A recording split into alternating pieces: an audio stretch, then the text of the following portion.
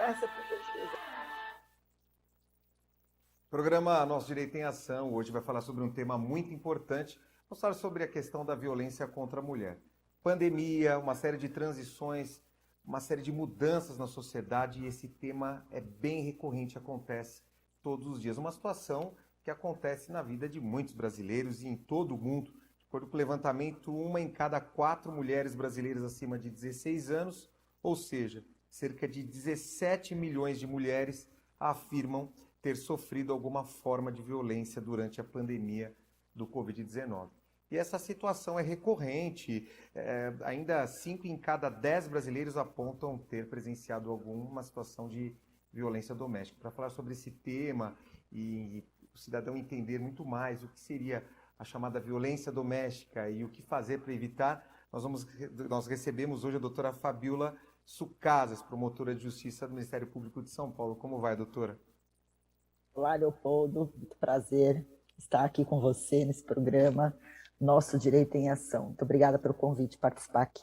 Doutora, essa questão da violência doméstica, antes de falarmos sobre essa polêmica envolvendo a última pesquisa do Data Senado, gostaria que a senhora falasse um pouco sobre o que seria a violência doméstica para aquele cidadão que está nos assistindo hoje e fica um pouco em dúvida. Bom, a Lei Maria da Penha define a violência doméstica como toda ação ou omissão que venha a causar alguma dor, um sofrimento físico ou psicológico que seja em razão do gênero e que esteja em determinadas circunstâncias, ou num relacionamento íntimo de afeto, ou numa situação em que há uma relação familiar, uma relação de parentesco, né? E quando a Lei Maria da Penha traz essa definição, ela chama a atenção para as possibilidades das formas de violência. Ela também traz na definição o causar dano patrimonial. Então, fala em causar sofrimento físico, psicológico e também dano moral ou patrimonial. Isso vem dentro de um contexto em que se aponta as possíveis formas de violência. Então, a violência psicológica, a violência moral, a violência física, a violência patrimonial e também a violência sexual. Logicamente que eu aqui estou dando uma definição bem breve, né? Mas seria muito interessante problematizar quais são os exemplos que a Lei Maria da Penha traz para cada forma de violência, quais seriam mais ou menos os crimes atrelados a elas, quais as evoluções, né, que veio dentro desde a promulgação da lei de 2006 para agora, para 2021, 15 anos de existência, e também por que essa palavra gênero está nesse conceito. Essa palavra é jurídica, ela é uma palavra que veio, inclusive, da Convenção de Belém do Pará, que é um tratado internacional assinado pelo Brasil, incumbindo aí o Brasil a repelir, a enfrentar esse tipo de violência. Mas aqui eu poderia Doutora, dizer, rapidinho, até porque você claro. menciona da pesquisa do Data Senado, essa pesquisa foi uma pesquisa que entrevistou muitas mulheres, né, o público feminino, e dentre os seus resultados foi justamente o aumento, a percepção de que o Brasil é considerado machista por 71% das brasileiras. Então, quando nós falamos violência de gênero, tem a ver com a construção social, histórica, que as mulheres homens e mulheres, né, foram definidos pela sociedade brasileira, diferenças essas que apontam desigualdades para as mulheres, uma valoração diferenciada no que é o papel do homem e da mulher na sociedade. A pesquisa fala que 27% da violência acontece por um homem e em um percentual muito menor, 2% por mulheres. Quer dizer, as mulheres será que agridem muito menos que os homens? Será que é isso mesmo? Ou será que essa violência, quando acontece no ambiente familiar, será que não existe ali um contraponto, já que muitas vezes isso muitas vezes não é provado ali, mas às vezes a mulher até que inicia aquele ato de violência. Isso vem sendo discutido muito e usado muito pelos profissionais nas defesas, dizendo que, olha, o homem agrediu porque a mulher agrediu primeiro. Será que realmente essa porcentagem é verdadeira? Olha, Leopoldo, eu acho que esse tipo de argumento já é um argumento que é completamente ultrapassado. A gente tem uma lei em 2006 que veio justamente uma lei de ação afirmativa. O que é isso? Uma lei que veio para corrigir desigualdades, porque se considera que dentro do ambiente doméstico, as mulheres são mais vulneráveis do que os homens. Esse argumento que foi ela que começou, foi ela que provocou, é um argumento usado para afirmar esse machismo e para inverter a culpa. A inversão da culpa é uma das estratégias do agressor para fazer a própria mulher a se sentir culpada pela violência, e ao se sentir culpada, ela silencia e isso vai adoecendo cada vez mais, quando na verdade a culpa não é da vítima. Então, se nós, né, até trazendo um pouco do cenário, né, a Lei Maria da Penha, quando veio em 2006, ela veio para mostrar que a violência praticada contra a mulher dentro do ambiente doméstico é diferente do que a violência praticada contra o homem. A violência praticada contra a mulher geralmente se dá no âmbito doméstico. A violência praticada contra o homem geralmente se dá nas ruas. A violência praticada contra a mulher geralmente se dá num movimento cíclico, em que há uma continuidade. A violência praticada contra o homem geralmente se dá de forma isolada, por pessoas desconhecidas. Muitas vezes é a briga do bar, muitas vezes é a briga da rua. A realidade que mostram os números é que a violência praticada contra a mulher é praticada, na maior parte das vezes, 80%, por seus companheiros ou ex-companheiros. Doutora, essa questão, por exemplo, desse convívio maior dentro de casa, o próprio home office, ou mesmo a pandemia, claro que vou deixar até o assunto pandemia, que já acho que ficou um pouco ultrapassado, essa questão da pandemia, mas o próprio home office, as pessoas convivendo muito mais em casa, convivendo juntas ali, será que isso aumenta a violência? Na verdade, sim, essa foi uma realidade constatada por institutos de pesquisa de que houve um aumento do número de feminicídios. O que isso significa? Que o feminicídio ele é considerado a última etapa, principalmente o feminicídio íntimo, de uma série de ciclos de violência contra a mulher. Então, se houve um aumento de feminicídios, houve um aumento de violência doméstica, até porque o isolamento é considerado não só uma forma de violência psicológica, justamente porque aumenta o poder de controle do homem sobre a mulher e diminui as possibilidades de resistência da vítima. Aí nós temos um cenário em que o isolamento foi determinado como uma forma de prevenir o coronavírus, ou seja, reduzindo ainda mais, inclusive, o acesso a serviços, porque não era só a situação individual, era uma situação coletiva de isolamento, e diminuindo aí as chances, as possibilidades dessa mulher se comunicar e conseguir ajuda. Agora, o importante que eu gostaria de trazer aqui é que essa percepção do aumento se deu pelos chamados 190, né? Quer dizer, o chamamento da polícia, muitas vezes, porque na casa daquele vizinho aquela violência estava acontecendo. Então, houve um aumento do acionamento e também houve a constatação no aumento de relatos no Twitter sobre casos de violência contra a mulher. Não à toa, muitos estados, quase a totalidade deles, construiu, aliás, aprovou legislações estaduais para que condomínios, síndicos se comprometessem a denunciar a violência contra a mulher praticada ali naquele local. E também existe um projeto de lei federal que também está tramitando para isso. Agora, eu só queria ponderar, Leopoldo, que o home office não foi uma realidade para muita gente, né?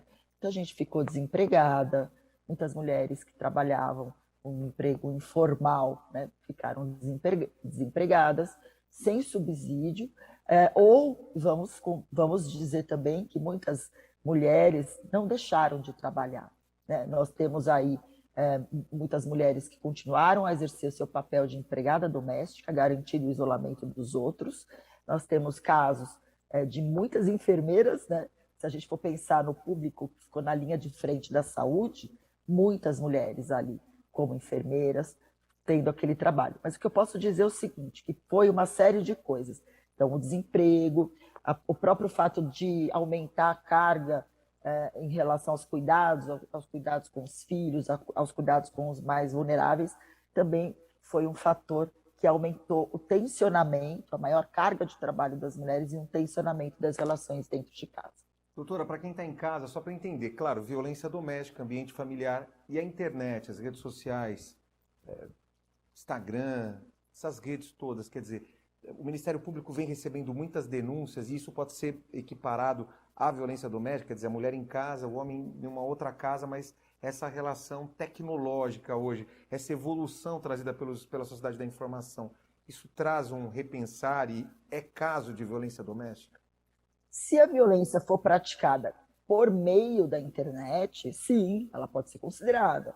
Então, uma ameaça pode ser praticada por meio da internet. Eu já peguei casos, por exemplo, em que o ex-companheiro da vítima encaminhava para ela vídeos narrando, ali, apresentando uma narrativa, né, de uma pessoa, de um homem matando a mulher, levando ela para o mato, amarrando e matando, mas assim, vídeos reais, né, da tal da Deep Web, uma evidente aí forma de ameaça praticada pelas redes sociais.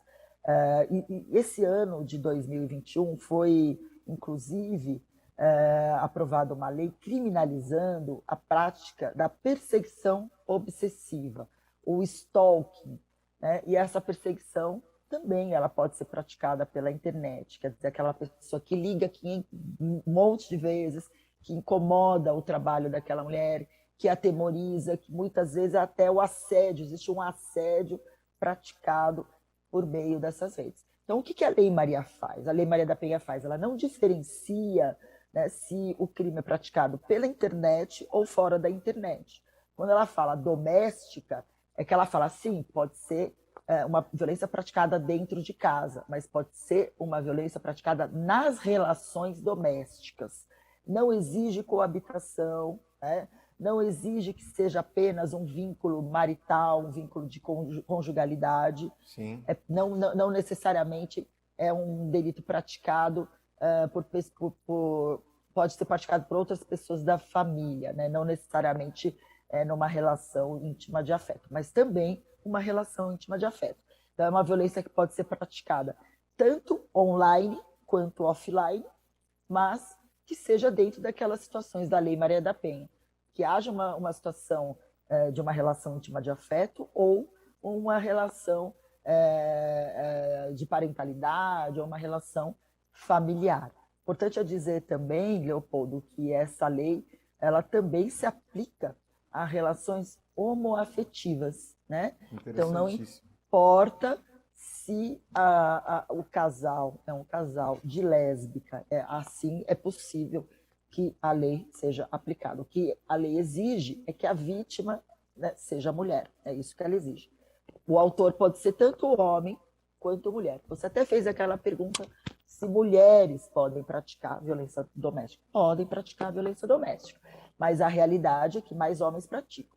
Se as mulheres praticam violência contra as mulheres dentro da situação da Lei Maria da Penha, aplica-se a Lei Maria da Penha também. Eu vou até te dar um exemplo. Só para ser bem claro, o travesti, o transexual, enfim, tudo isso se enquadra como nessa questão? E aí o transexual já é um tema extremamente moderno e atual. Como fica essa questão? As pessoas que mudaram o sexo e aí convivem dentro de uma... Nós temos aí, inclusive, representantes nossos na própria política, né, que hoje são mulheres que fazem o papel de homem. Como fica? Então, vamos lá, vou explicar um pouquinho. Até foi boa a sua pergunta, porque eu te dar um exemplo justamente que se encaixaria nessa situação. Primeiro, assim, explicar, né, para quem não sabe, o que é uma mulher trans, né? O que é uma mulher trans? Uma mulher trans é uma pessoa que nasceu com o sexo biológico masculino e que se identifica com o gênero feminino. É aquela pessoa que não se reconhece com o sexo designado ao nascer, tá? Por isso que quando se fala em mudança de sexo, que na verdade seria uma adequação do seu gênero, né, ao sexo atribuído àquele gênero, né? Por isso que se fala hoje não de cirurgia de mudança de sexo, mas de cirurgia de redesignação sexual. Esta pessoa que se reconhece como mulher, não é só se reconhecer, ela se expressa dessa forma, né? Ela se transveste dessa forma, ela exerce um papel de fato feminino, né? Tanto que a mudança, né, é uma mudança de imagem, uma mudança, a busca é uma transformação para ter uma adequação da forma como ela se enxerga ao gênero que ela se identifica. Então, é uma pessoa considerada mulher, segundo o entendimento do STF, porque é o entendimento que se adequa à dignidade da pessoa humana. Se reconhece que esse reconhecimento, que nós precisamos respeitar a forma como a pessoa se reconhece, como ela se expressa e, inclusive, como ela se identifica, né? Se identifica como mulher. Então, é possível que a Lei Maria da Penha seja aplicada à mulher trans, porque a Lei Maria da Penha não faz distinção. Deixa eu aproveitar trans, só esse tema. Se é mulher negra, mas só para te acabar aqui. Não importa a orientação sexual, não importa a identidade de gênero, né? Não importa a religião, não importa o credo, não importa a origem, não importa o nível intelectual. Por isso que se fala que a violência contra a mulher ela é democrática, ela é praticada contra todas as mulheres, ainda as mulheres trans. E só para te dar aquele exemplo, existe um caso, um dos casos em que houve o reconhecimento da aplicação da Lei Maria da Penha a mulheres trans, foi um caso em que a mãe de uma mulher trans obrigou a sua internação numa clínica para que fosse, entre aspas, eu vou falar entre aspas, porque não é doença, para que fosse curada. O que fizeram com essa pessoa? Rasparam o cabelo dela e ela foi levada à força para uma clínica. Esse caso, né, ele foi reconhecido como de aplicação da Lei Maria da Penha, foi reconhecida a prática de crime por esta mãe ter feito isso, ter obrigado a essa internação, e foi concedida a medida protetiva para essa vítima. Então, era esse exemplo que eu queria te dar de um caso real e que foi reconhecido pelo juiz a prática, a aplicação da Lei Maria da Penha. Eu não sei como que isso é visto pela medicina legal, claro, mas eu sei que o tema ele vem em torno de uma visão bem atual. Como que o judiciário tem visto isso? E aí a minha pergunta ela vem especificamente no seguinte sentido: será que o judiciário ele ainda é resistente para garantir direitos para essas pessoas que buscam a igualdade de gênero? Ou a diversidade, verdade, se assim poderia dizer. Nós não temos notícia de uma jurisprudência pacífica sobre isso, porque não são muitos os casos que são noticiados, né? Mas aqueles que nós sabemos que existem posicionamentos divergentes, mas o posicionamento que se adequa ao posicionamento do Supremo Tribunal Federal, né, e ao posicionamento que se adequa à nossa Constituição, é que nós não podemos discriminar, né, discriminar as pessoas, seja qual for o motivo, e o gênero está aí. Então, nós não podemos compreender que uma pessoa que muitas vezes ela se identifica como mulher, se veste como mulher, né? Inclusive muitas vezes fazem essa cirurgia de redesignação sexual, de adequação, de readequação, nós não podemos compreender que aquela pessoa seja um homem. Até porque nas relações afetivas, ela também se comporta como mulher, né? E aí nós falamos de uma mulher, não é do sexo biológico atribuída, porque... E aí eu devolvo a pergunta para você e para quem está nos ouvindo. O que é ser mulher? O que é ser mulher? Aí muitos podem dizer, ser mulher é aquela que nasce com uma vagina. Aí eu posso te responder, essa sim é uma definição biológica, mas existe uma construção social atribuído ao que é ser mulher. Tanto que Simone de Beauvoir tem uma frase célebre que diz o seguinte: não se nasce mulher, torna-se mulher. E o que ela quis problematizar quando ela fala isso? Ela quis problematizar que, para as mulheres, as situações são muitas vezes diferentes. Então, quando nós falamos, eu vou dar um exemplo muito simples, Sim. né? Aquela mulher que é dona de casa, que cozinha e tarará, ela não faz mais nada que obrigação. Agora, quando vem aquele homem que cozinha, aquela... Nossa, que mulher de sorte ter aquele homem. Esse sim é um homem de sorte. Te dar um outro exemplo. Um homem solteiro, muitas vezes é visto como aquele, nossa, ele pode aproveitar a vida, né? E uma mulher solteira, coitada, né? Vai ficar para titia. Então, são muitos conceitos arraigados, construídos, e que se atribuem um valor menor às mulheres do que aos homens. Esses são exemplos aqui muito simples que eu te dei, mas que isso retrata um pouquinho do que nós estamos falando e da importância da palavra gênero, lá que eu te falei lá no início, no conceito da Lei Maria da Penha. Eu vou fazer um rápido intervalo. Esse tema é muito polêmico, falar de violência contra a mulher. E aí, quando pensamos na questão de ser ou não do mesmo sexo, é bem polêmico. Vou fazer um rápido intervalo e nós já voltamos.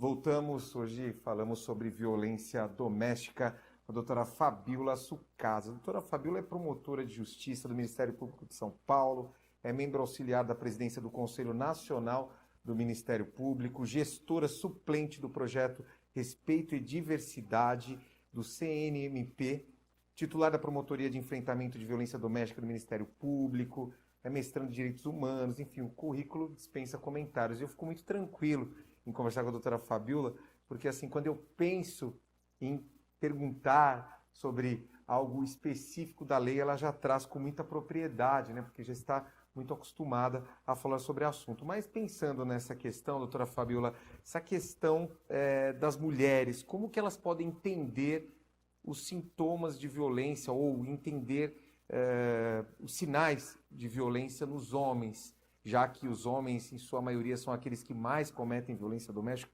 segundo o Data Senado? Bom, eu acho que a primeira coisa é compreender que nem todo homem, né, ele é um homem violento, ele é um homem que vai agredir, né? Na verdade, se compreende que são situações relacionais, elas acontecem dentro de uma relação. O homem que pode mostrar uma possibilidade de ser agressivo é aquele homem controlador, né? Aquele homem controlador que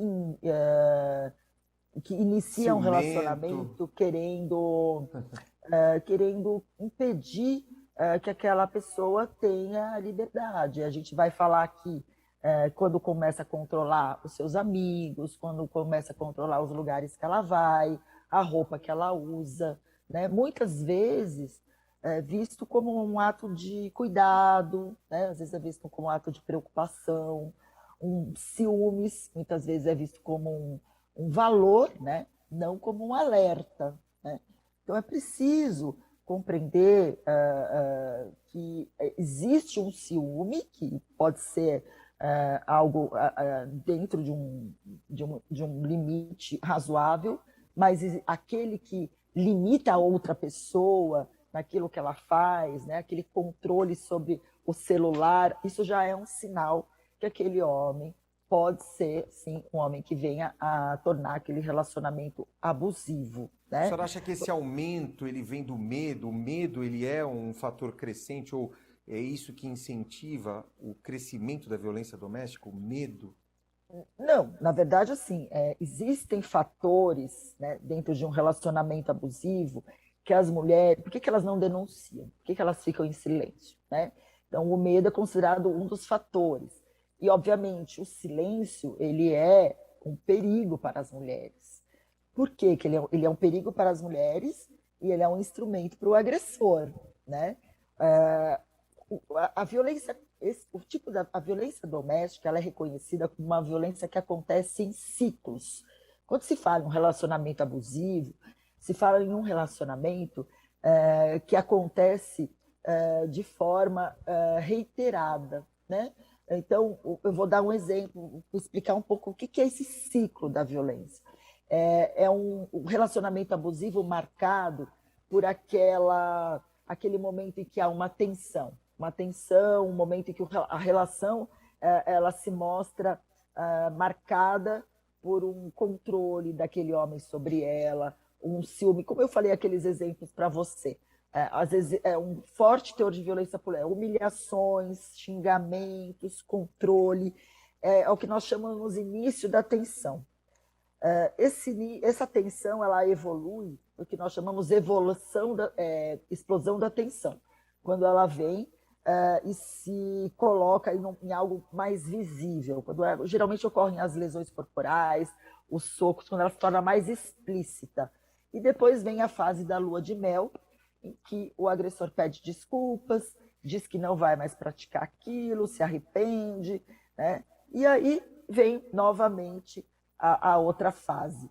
Nós chamamos isso de ciclo de violência. Quando um relacionamento é marcado por esses ciclos, nós podemos dizer que esse é um relacionamento abusivo.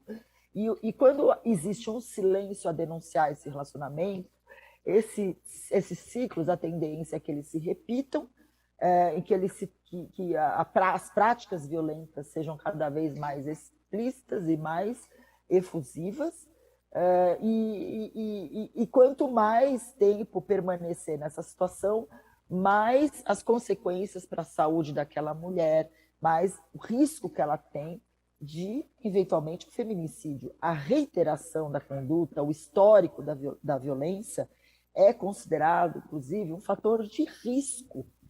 O que são fatores de risco?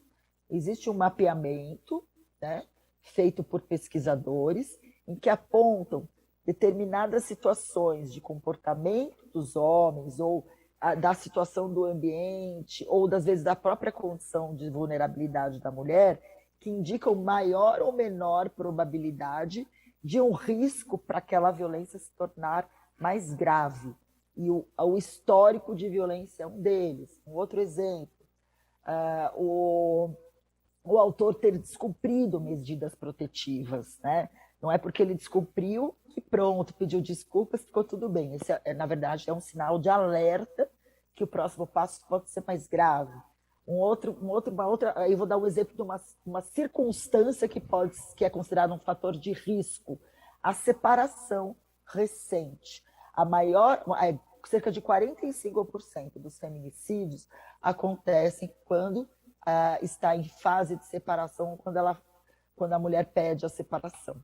Né? Então, são fatores que devem ser mapeados. Inclusive, existe uma legislação aprovada nesse ano de 2021, exigindo que os serviços de segurança pública realizem obrigatoriamente o mapeamento, a aplicação do formulário de avaliação de risco, para fazer um planejamento de segurança e avaliar se aquela mulher está ou não em risco de feminicídio, e prover aí os instrumentos jurídicos para que ela possa, de fato, ser protegida. Doutora, aquela mulher que está em casa, se ela sofreu uma violência doméstica, o que ela deve fazer? Claro, procura a polícia. E o que mais? Qual o trâmite ou quais os caminhos que ela deve perseguir para que o autor dessa conduta criminosa seja punido? Então, para que haja punição criminal, né, é preciso denunciar criminalmente. Mas eu gostaria de atentar para a seguinte situação, viu, Leopoldo? Porque nem todas as mulheres querem isso. Porque nós estamos falando de uma realidade que muitas vezes é praticada por aquele homem que é considerado pai de família, né? Que ele é visto por aquela mulher não como um algoz. E aí que a gente chama atenção, né? Que ela pode ser praticada, inclusive, por aquele homem trabalhador. Mas nem sempre ela quer que ele vá ao banco dos réus, né? Então, para a denúncia criminal, o caminho é denunciar. Mas a mulher, ela pode buscar outras formas, inclusive para ela compreender que aquele tipo de violência adoece. Então, quais são as nossas orientações, que ela busque um atendimento. Geralmente, alguns estados têm a Casa da Mulher Brasileira, que faz todo um atendimento social, né? Muitas vezes aquela mulher ela tem receio de se separar por uma questão de dependência econômica, tem medo do que possa acontecer em relação aos filhos, então muitas vezes ela não denuncia por causa disso. Então é preciso buscar um serviço social que tenha a obrigação de fazer esta análise e apurar quais seriam os caminhos. Se é um caso de uma simples orientação jurídica para uma separação, avaliar a questão da guarda, das visitas, ou se de fato é uma questão que vá impelir aí uma medida protetiva para que aquele agressor saia de casa ou ele não se aproxime mais dela. Mas quais são as dicas? Pode procurar o Ministério Público para receber essas orientações, ir num serviço de assistência social para também receber um atendimento especializado a que esses serviços têm obrigação de dar. Deixa eu Também questionar sugiro uma que coisa. vá ao serviço de saúde. Essa questão de procurar o Ministério Público, agora os fóruns fechados, como funciona? Porque geralmente dentro dos fóruns tem um setor do Ministério Público. Onde a mulher procura? Se ela for até o fórum, provavelmente, e agora com o fechamento dos fóruns, isso fica um pouco mais difícil. Onde ela pode ir, doutora? Todos os fóruns estão abertos, né? O sistema de justiça já voltou a funcionar normalmente, mas existem canais nos respectivos sites do Ministério Público que aponta quais são os canais, mas nós podemos indicar já as ouvidorias do Ministério Público e tem, por exemplo, a própria Casa da Mulher Brasileira em São Paulo, ela tem um WhatsApp e que a mulher pode fazer esse contato por esta via, né? Além disso, existe no âmbito da Polícia Civil a possibilidade de fazer o registro da ocorrência de forma eletrônica. Então, também há como acessar esse serviço sem que seja fisicamente, né? O importante é que a mulher tenha conhecimento da existência desses canais. O que eu indico? Tá? Eu vou falar do Ministério Público de São Paulo, que é a instituição, né, da qual eu sou membro. Existe ali no site do Ministério Público um campo chamado Cidadão. Ali você encontra a parte cartilhas, e tem duas cartilhas bem completas que indicam os serviços que essas mulheres podem buscar, dá informações sobre as dinâmicas de violência, fala também que a violência não acontece só na relação conjugal. A promotoria recebe muitos casos de violência sexual que são praticadas de padrastos, né, por padrastos contra meninas, crianças. Existe também muitos relatos de filhos que agridem suas mães idosas, né? Então é importante lembrar que é uma gama de situações e fica aí a dica para buscar essas informações nessas cartilhas. A cartilha de prevenção da violência doméstica e familiar contra as mulheres com a estratégia de saúde da família, que tem em inglês, em português, em espanhol, francês, também árabe, em crioulo e haitiano. Nós temos muitas mulheres imigrantes também que podem estar precisando. E tem também uma outra que se chama Cartilha Mulher, vire a página, com informações valiosas para conseguir, para obter mais detalhes sobre essa realidade. Muito importante. Agora, só para destacar, recentemente a senhora lançou uma obra, inclusive eu faço aqui os registros os sinceros elogios, porque eu vejo uma atuação hoje de uma promotora, uma representante do Ministério Público, que não se contenta com o trivial e lança agora uma obra que não deixa de ser um exemplo de cidadania, porque traz informação. Eu acho a comunicação extremamente importante. Fala um pouquinho dessa obra recém-lançada, que fala sobre essa questão dos sinais de violência nos homens, é isso? Exatamente. Esse livro é o livro que se chama A Vida, a Saúde e a Segurança das Mulheres, que foi editado pela editora Expressa. A editora Expressa, ela faz parte do Saraiva Educação. É um livro que compõe a série Mulheres Fora de Série, que foi organizada pela Raquel Polito e pela Fabi Saad. E o livro ele vem com histórias, né, de verdadeiras, de situações de mulheres que precisaram buscar o sistema de justiça para conseguir um atendimento. E nessas histórias nós contamos como foi também o comportamento desses homens.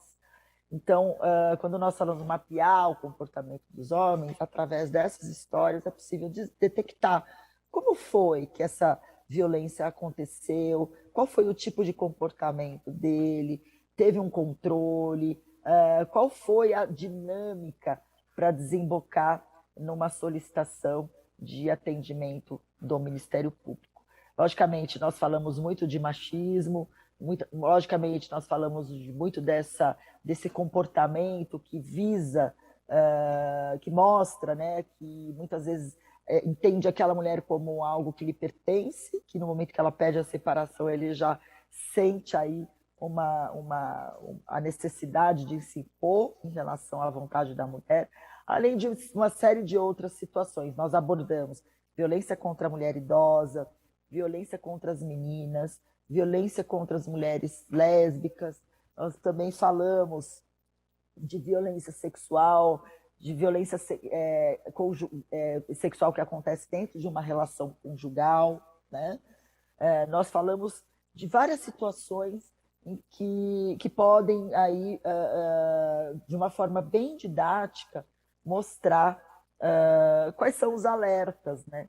O que é naturalizado, o que é inaceitável, qual é o limite, né, do que nós estamos falando. Agora, uma coisa é certa, Leopoldo, para evitar a violência, né, para que essa violência acabe, é preciso que os homens mudem seus comportamentos. Gostaria muito que a senhora deixasse uma mensagem para as mulheres que estão nos assistindo, mas eu gostaria de inovar, deixar uma mensagem para esse homem machista, esse homem que não respeita as mulheres, esses homens aí que são identificados como aqueles que trazem os chamados sinais de violência. Deixa uma mensagem para os dois, para as mulheres e para os homens que não respeitam essas mulheres. Eu queria dizer para os homens o seguinte, que não existe guerra de sexos. Nós não estamos falando de guerra de sexo. Nós estamos falando de uma realidade que atinge toda uma sociedade, porque a violência aprendida e reiterada é a violência das próximas gerações. Então, se existem dados que mostram que algum comportamento tem afetado isso, tem representado essa realidade, é preciso compreender o que deve ser mudado, o que deve ser modificado. Então, para que eles se abram para o diálogo, né, para compreender e percebam que não é guerra de sexo, que aquele homem que abre a cabeça para estar dentro de uma propenso, né, a uma mudança, é aquele homem que vai contribuir para o amigo, que muitas vezes é violento, que vai contribuir, às vezes aquele homem tem filhas, né? E ele também, obviamente, ele vai se preocupar com que a sua filha não seja mais uma vítima. Então, para que ele, de fato, compreenda que o que nós estamos falando é de uma epidemia, considerada uma epidemia, não só no Brasil, mas no mundo. Então, é importante se abrir para o diálogo e se unir a essa causa. E para as mulheres, eu digo o seguinte, que é possível sair de um relacionamento abusivo, virar a página, né? E que um dia, se elas estão passando por essa situação, elas vão ter o seu dia da virada, né? Basta se informar, né? E buscar aí uma transformação. E que, lógico, para que elas não aceitem nenhuma forma de violência, para que elas exijam respeito, né? Exigir respeito é tão importante quanto respeitar. Então, quando existe essas duas situações que dialogam, né, o respeitar e o exigir respeito, eu tenho certeza que a gente vai ter um mundo muito mais digno, né, muito mais respeitoso e que, de fato, se preocupa e que quer transformar para que nós não precisemos um dia falar sobre isso. Doutora, quero muito agradecer a sua presença, dizer que falar sobre esse tema, a doutora conhece muito e mais do que isso, transmite essa vontade de transformar o mundo, de fazer cidadania, contribuir com o próximo. Isso é muito importante nos profissionais do direito. Gostaria sempre de convidá-la a retornar para falar sobre esses e outros temas. Foi muito proveitoso, claro, uma pena que chegamos ao final, mas quem sabe em outras oportunidades discutir mais e mais esses temas relacionados à igualdade e principalmente essa questão da igualdade de gênero, um tema atual e que traz um repensar, uma ideia de respeito a todos e o respeito principalmente à chamada dignidade da pessoa humana. Aliás, somos todos iguais. Agradeço a sua presença. Eu que agradeço, Leopoldo, agradeço as perguntas, a delicadeza. O programa Nosso Direito em Ação fica por aqui, voltamos na semana que vem e hoje falamos com a doutora Fabíola Sucasas, que trouxe aqui um repensar, e é dentro desse repensar, dessa ideia de diálogo que nós ficamos por aqui. Voltamos na próxima semana e, claro, a sua participação é sempre muito importante. Até lá.